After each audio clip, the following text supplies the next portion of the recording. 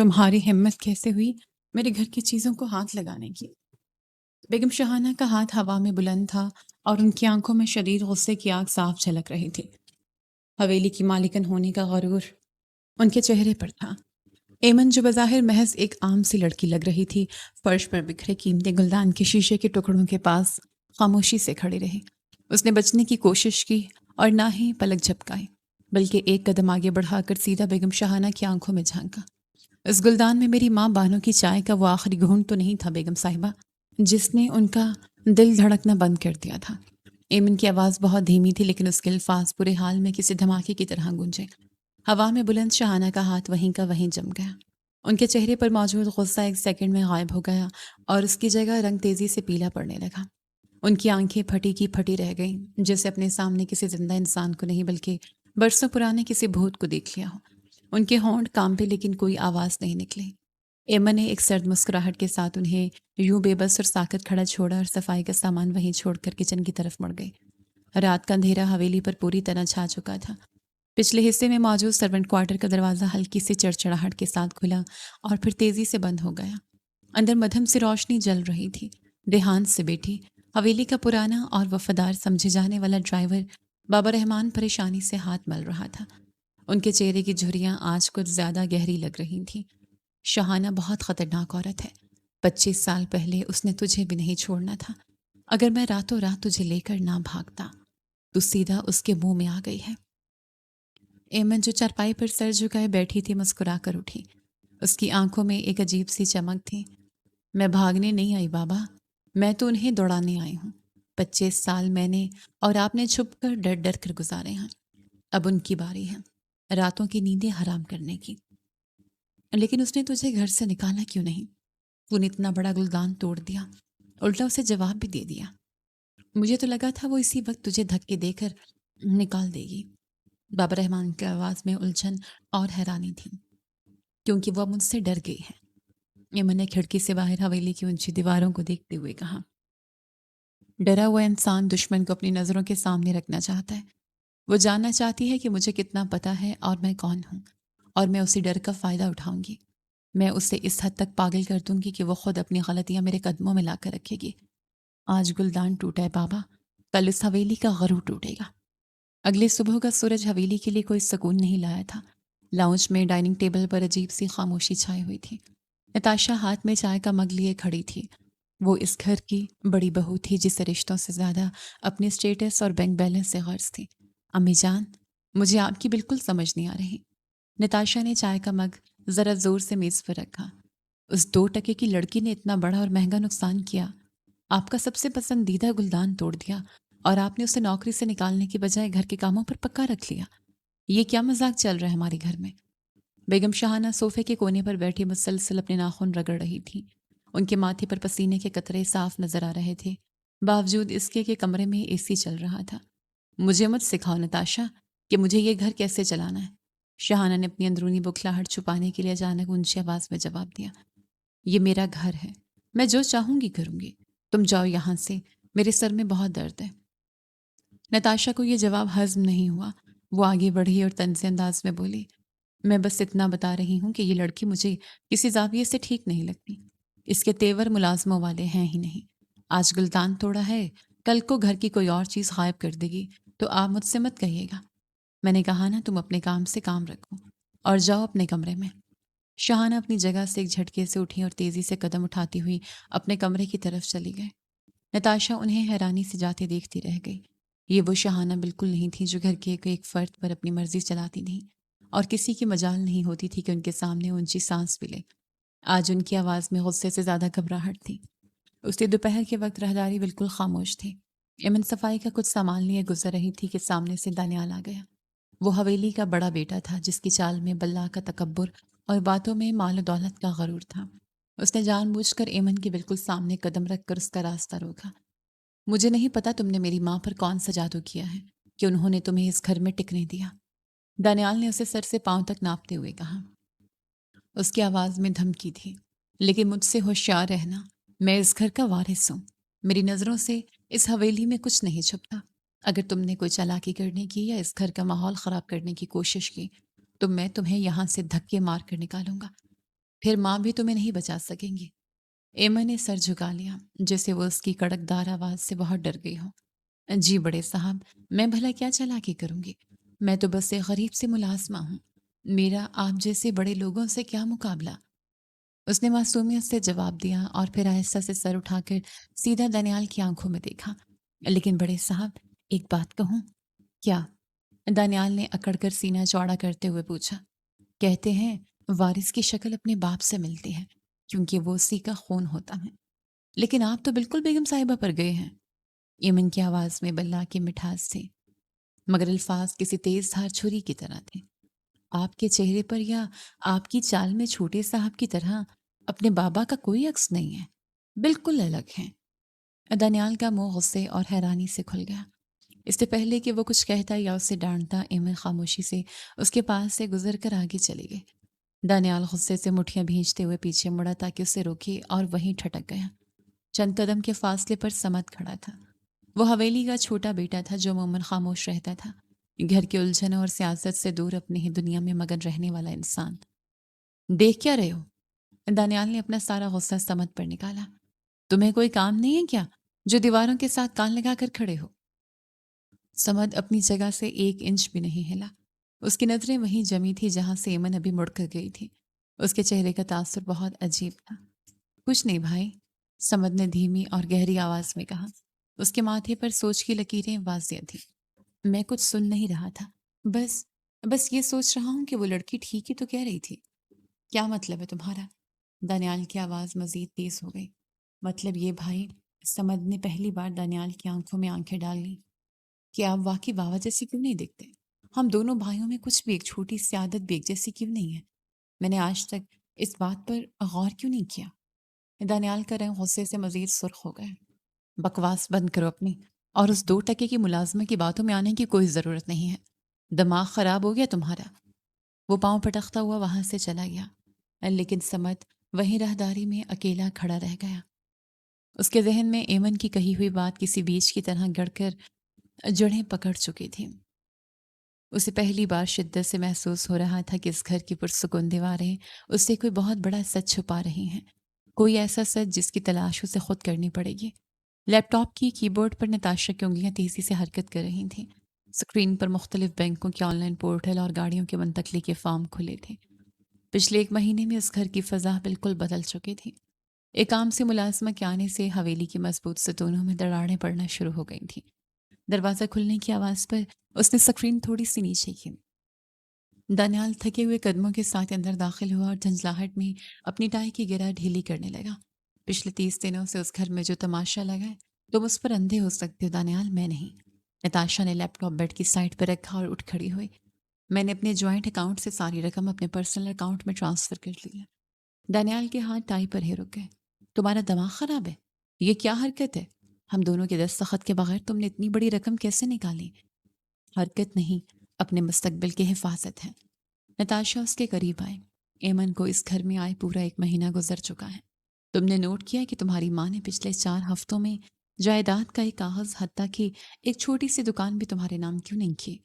وہ ہر چیز اپنی مٹھی میں دبا کر کیوں بیٹھی ہیں؟ انہیں کس چیز کا خوف ہے؟ وہ میری ماں ہے، ان کے پاس ہے یا میرے پاس کیا فرق پڑتا ہے؟ تم پیسوں کے پیچھے اتنے پاگل کیوں ہو رہی ہو؟ دانیال کا چہرہ غصے سے سرخ ہونے لگا، کیونکہ مجھے ایمن کی وہ بات اب بالکل سچ لگ رہی ہے۔ نتاشا نے دانیال کی آنکھوں میں سیدھا وار کیا۔ تمہاری شکل، تمہاری عادتیں، تمہارا انداز سمجھ یا تمہارے باپ سے بالکل نہیں ملتا۔ کیا تم واقعی اس گھر کے اصلی وارث ہو بھی یا کسی اور کے؟ دانیال کے ہاتھ میں پکڑا پانی کا گلاس سیدھا ڈریسنگ ٹیبل کے شیشے پر جا لگا۔ کرچیاں زوردار آواز کے ساتھ پورے کمرے میں بکھر گئی۔ اپنی زبان کو لگام دو نتاشا۔ وہ مٹھیاں بھینچ کر اس پر جھکا۔ اس کی رگیں پھول چکی تھیں۔ میں اس گھر کا بڑا بیٹا ہوں، میرا خون اس حویلی کا خون ہے۔ آئندہ مجھ سے یہ بات کی تو مجھ سے برا کوئی نہیں ہوگا۔ وہ مڑا اور دروازہ زور سے دھکیلتا ہوا کمرے سے باہر نکل گیا۔ نتاشا نے بکھرے ہوئے شیشے پر ایک سرد نظر ڈالی اور واپس لیپ ٹاپ اٹھا لیا۔ اسے بھی دانیال کے نام پر موجود گاڑیوں کا مکمل کام کرنا تھا۔ وہ محض دھمکیوں دے کر وقت ضائع کرنے والوں میں سے نہیں تھی۔ اوپر کمرے سے شیشہ ٹوٹنے کی زوردار آواز پر کچن میں موجود شاہانہ کے ہاتھ سے چمچ گر گیا۔ ان کی انگلیاں مسلسل کانپ رہی تھیں۔ ماتھے پر پسینے کی بوندیں چمکنے لگی تھیں۔ وہ بمشکل خود کو سنبھالتے ہوئے ایمن کی طرف بڑھی۔ ایمن بہت سکون سے شیلف صاف کر رہی تھی۔ اس کے چہرے پر کوئی خوف یا حیرانی نہیں تھی۔ شہانہ نے کانپتے ہاتھوں سے اپنا پرس کھولا اور ایک بلینک چیک ایمن کے سامنے شیلف پر رکھ دیا۔ یہ لو۔ شہانہ کی آواز میں واضح گھبراہٹ تھی۔ اس پر جتنی رقم بھرنی ہے بھر لو، میری ساری دولت لے لو، بس آج ہی یہ گھر چھوڑ دو اور اپنی ماں کی طرح ہمیشہ کے لیے خاموش ہو جاؤ۔ میں تمہارے ہاتھ جوڑتی ہوں۔ یمن کے چہرے پر ایک سرد مسکراہٹ ابھرے۔ اس نے چیک کو چھوا تک نہیں، بس صفائی کا کپڑا سائڈ پر رکھا اور پوری طرح شہانہ کی طرف گھوم گئی۔ میں یہاں پیسے لینے نہیں آئی بیگم صاحبہ۔ اگر کاغذ کے ان ٹکڑوں کی بھوک ہوتی تو 25 سال چپ نہ رہتی۔ پھر کیا چاہیے تمہیں؟ تم چاہتی کیا ہو آخر؟ میرا گھر برباد کرنے سے تمہیں کیا ملے گا؟ شہانہ نے شیلف کا کنارہ مضبوطی سے پکڑ لیا تاکہ گرنے سے بچ سکے۔ میں وہ کرسی لینے آئی ہوں جس پر آپ میری ماں کی لاش رکھ کر بیٹھی ہیں۔ ایمن ایک قدم آگے بڑھے۔ اس کے لہجے کی برف نے شہانہ کو مزید سہمنے پر مجبور کر دیا۔ مجھے اس حویلی کا ہر وہ حصہ چاہیے جہاں میری ماں بانو نے آخری سانس لی تھی۔ آپ کی یہ دولت میری سچائی کو نہیں خرید سکتی بیگم صاحبہ۔ شہانہ کے پاس کوئی جواب نہیں تھا۔ وہ چیک وہیں شیلف پر چھوڑ کر لڑکھڑاتے قدموں کے ساتھ کچن سے باہر نکل گئی۔ شام کے سائے گہرے ہو چکے تھے۔ بابا رحمان اپنے کوارٹر میں چارپائی پر بیٹھے تھے۔ دروازہ تیزی سے کھلا اور سمد اندر داخل ہوا۔ اس کے ہاتھ میں ایک پرانی زرد پڑ چکی سرکاری فائل تھی۔ اس نے وہ فائل سیدھی بابا رحمان کے سامنے چارپائی پر پھینکی۔ میں آج اس پرانے سرکاری اسپتال گیا تھا بابا، جہاں میرا جنم ہوا تھا۔ سمد نے دیوار کا سہارا لیا جیسے اس کی ٹانگوں میں کھڑے رہنے کی جان نہ ہو۔ وہاں مجھے میری ستیلی ماں بانو کا ڈیتھ سرٹیفکیٹ ملا ہے۔ اس پر موت کی وجہ دل کا دورہ یا کوئی طبعی بیماری نہیں لکھی۔ وہاں صاف لکھا ہے کہ موت کسی نامعلوم زہر کی وجہ سے ہوئی۔ بابا رحمان نے سر جھکا لیا اور اپنے ہاتھ آپس میں رگڑنے لگے۔ ان کے چہرے کی جھریاں مزید گہری ہو گئی اور سب سے بڑی بات، بابا سمد نے آگے بڑھ کر فائل کے ورق پلٹے۔ اس کی انگلیاں ایک پرانے کاغذ پر رک گئیں۔ اس اسپتال کے 25 سال پرانے ریکارڈ میں میری پیدائش تو درج ہے، لیکن دانیال بھائی کی پیدائش کا کوئی نام و نشان نہیں ہے۔ اگر وہ میرے سگے بھائی ہیں، اسی شہر میں پیدا ہوئے ہیں، تو ان کا ریکارڈ کہاں ہے؟ یہ ایمن کون ہے جس سے بیگم صاحبہ اتنا ڈر رہی ہیں؟ مجھے آج سچ جاننا ہے۔ آپ کو میرے سر کی قسم ہے، آج کوئی بات نہیں چھپائیں گے۔ بیٹے، کچھ سچ انسان کو اندر سے ختم کر دیتے ہیں۔ بابا رحمان نے بغیر نظریں اٹھائے مدھم آواز میں جواب دیا۔ میں پہلے ہی ختم ہو رہا ہوں۔ اس گھر کا دم گھٹنے والا ماحول مجھے مار رہا ہے۔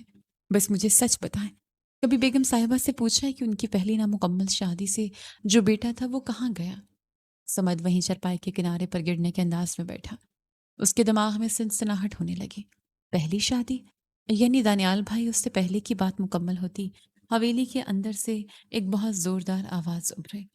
نتاشا اور شہانہ کی آوازیں آپس میں ٹکرا رہی تھیں۔ سمد تیزی سے کوارٹر سے باہر نکلا اور حویلی کی طرف بھاگا۔ ڈرائنگ روم کے بیچوں بیچ نتاشا کھڑی تھی۔ اس کے ہاتھ میں 2 گاڑیوں کی چابیاں اور ایک موٹی سی فائل تھی۔ شہانہ اس کے بالکل سامنے کھڑے غصے سے کانپ رہی تھی۔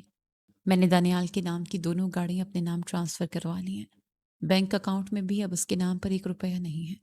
نتاشا کے چہرے پر فتح والی مسکراہٹ تھی۔ اس نے فائل کو ہوا میں لہرایا۔ تمہارا دماغ تو ٹھیک ہے؟ شہانہ اپنا دوپٹہ سنبھالتے ہوئے آگے بڑھی۔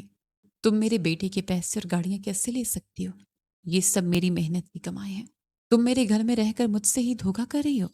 کون سا بیٹا؟ نتاشا نے ہاتھ میں پکڑی فائل میز پر پٹخے۔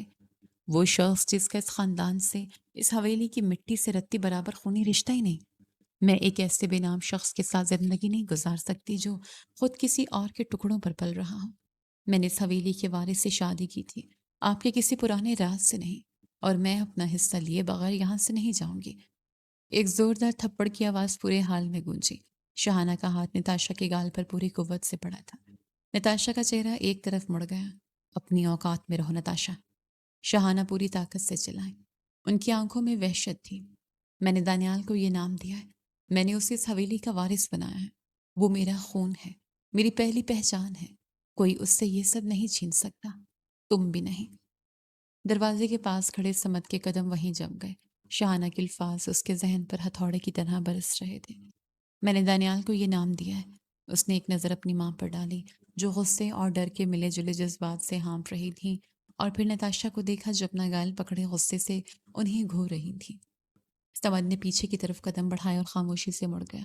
وہ سیدھا دوبارہ بابا رحمان کے کوارٹر میں پہنچا۔ اب اس کی آنکھوں میں کوئی الجھن نہیں تھی، بس ایک عجیب سی ویرانی تھی۔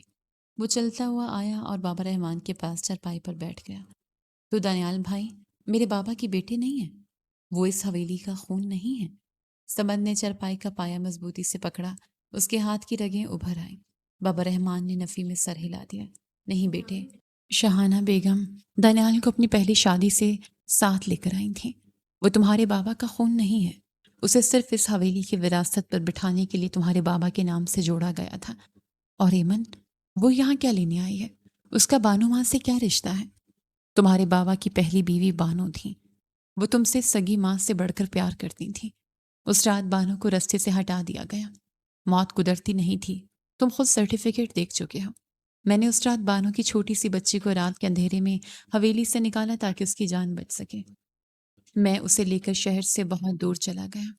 بابا رحمان اپنی جگہ سے اٹھے اور سمد کے کاندھے پر ہاتھ رکھا۔ اور آج وہی بانو کی بیٹی ایمن اس گھر میں اپنا چھینا ہوا حق مانگنے آئی ہے۔ بابا رحمان کے یہ آخری الفاظ سمد کے ذہن میں کسی ہتھوڑے کی طرح بج رہے تھے۔ وہ سن تھا، اس کے پاؤں زمین پر جم گئے تھے۔ 25 سال کا جھوٹ ایک پل میں اس کے سامنے بکھر چکا تھا۔ اس نے کوئی سوال نہیں کیا، کوئی جواب نہیں مانگا، بس بوجھل قدموں کے ساتھ کوارٹر سے باہر نکل آیا۔ حویلی کی اونچی دیواریں آج اسے کاٹنے کو دوڑ رہی تھیں۔ اسے لگ رہا تھا جیسے وہ کسی اجنبی جگہ پر کھڑا ہے۔ دوسرا مہینہ ختم ہونے کو تھا۔ اس 1 مہینے میں حویلی کا سکون مکمل طور پر تباہ ہو چکا تھا۔ دیواروں کے اندر ایک عجیب سی خاموشی تھی۔ سمد نے سب سے کٹ کر خود کو اپنے کمرے تک محدود کر لیا تھا۔ وہ کسی سے بات نہیں کرتا تھا، یہاں تک کہ دانیال سے بھی نظریں چرانے لگا تھا۔ راہداری میں چلتے ہوئے دانیال نے سمد کو اپنے سامنے سے گزرتے پایا۔ سمد کا سر جھکا ہوا تھا اور وہ جلدی میں لگ رہا تھا۔ سمد، رکو۔ دانیال نے آگے بڑھ کر اس کے کندھے پر ہاتھ رکھا۔ سمد نے ایک جھٹکے سے اپنا کندھا پیچھے کھینچ لیا، جیسے دانیال کے ہاتھ چھونے سے اسے کرنٹ لگا ہو۔ اس کا یہ عمل اتنا اچانک تھا کہ دانیال کا ہاتھ ہوا میں ہی رہ گیا۔ کیا ہوا تمہیں؟ تم مجھ سے کترانے کیوں لگے ہو؟ دانیال کے ماتھے پر سلوٹیں پڑ گئیں۔ پچھلے کئی دنوں سے نوٹ کر رہا ہوں تم میرے سامنے آنے سے بچتے ہو، دسترخوان پر میرے ساتھ نہیں بیٹھتے۔ کوئی بات ہے تو سیدھی طرح بتاؤ، میں بڑا بھائی ہوں تمہارا۔ سمد نے پہلی بار سر اٹھا کر دانیال کے چہرے کو پڑھنے کی کوشش کی۔ اس کے اپنے دل میں ایک طوفان تھا، لیکن چہرے پر کوئی تاثر نہیں تھا۔ کچھ رشتے خون کے بغیر بہت کھوکھلے ہوتے ہیں بھائی۔ سمد کی آواز اتنی دھیمی اور سپاٹ تھی کہ دانیال کو لگا جیسے اس نے سنا ہی نہیں۔ کیا مطلب؟ تم پہیلیاں کیوں بجھوا رہے ہو؟ سیدھی بات کرو۔ دانیال کا لہجہ سخت ہونے لگا۔ سیدھی بات یہ ہے کہ اب کچھ بھی سیدھا نہیں رہا۔ سمد نے ایک قدم پیچھے ہٹایا۔ وہ رشتے جن کی بنیاد سچ پر نہ ہو وہ ریت کی دیوار ہوتے ہیں، اور ریت کی دیواروں کا کوئی اعتبار نہیں ہوتا۔ وہ بغیر کوئی مزید بات کیے دانیال کو وہیں حیران کھڑا چھوڑ کر اپنے کمرے کی طرف چلا گیا۔ دانیال دیر تک اس کے جاتے ہوئے قدموں کو دیکھتا رہا۔ اسے سمد کی باتوں کی سمجھ نہیں آ رہی تھی، لیکن ان الفاظ کی کاٹ نے اسے اندر تک بے چین کر دیا تھا۔ رات کا پچھلا پہر تھا۔ بابا رحمان کے کوارٹر میں مدھم سی روشنی جل رہی تھی۔ ایمن ایک پرانی کرسی پر بیٹھی تھی۔ اس کے چہرے پر ایک عجیب سا سکون تھا، جیسے کوئی فاتح اپنی بچھائی ہوئی وسعت کا جائزہ لے رہا ہو۔ سمد اندر سے بالکل ٹوٹ چکا ہے بابا۔ ایمن نے ہاتھ میں پکڑی پانی کی پیالی میز پر رکھی۔ وہ جان گیا ہے کہ جس بھائی کو وہ اپنا خون سمجھتا تھا وہ دراصل ایک جھوٹ ہے۔ اس کی خاموشی اس گھر کی بنیادیں ہلا رہی ہے۔ بابا رحمان پریشانی سے چرپائی کے کنارے بیٹھے پہلو بدل رہے تھے۔ بیٹی، تو نے آگ تو لگا دی ہے، لیکن مجھے ڈر لگ رہا ہے۔ شاہانہ بیگم کوئی عام عورت نہیں ہے۔ وہ جب اپنے ارد گرد خطرہ محسوس کرتی ہے تو وہ کچھ بھی کر سکتی ہے۔ میں چاہتی ہی یہی ہوں کہ وہ خطرہ محسوس کرے۔ ایمن کے ہونٹوں پر ایک سرد مسکراہٹ ابھرے۔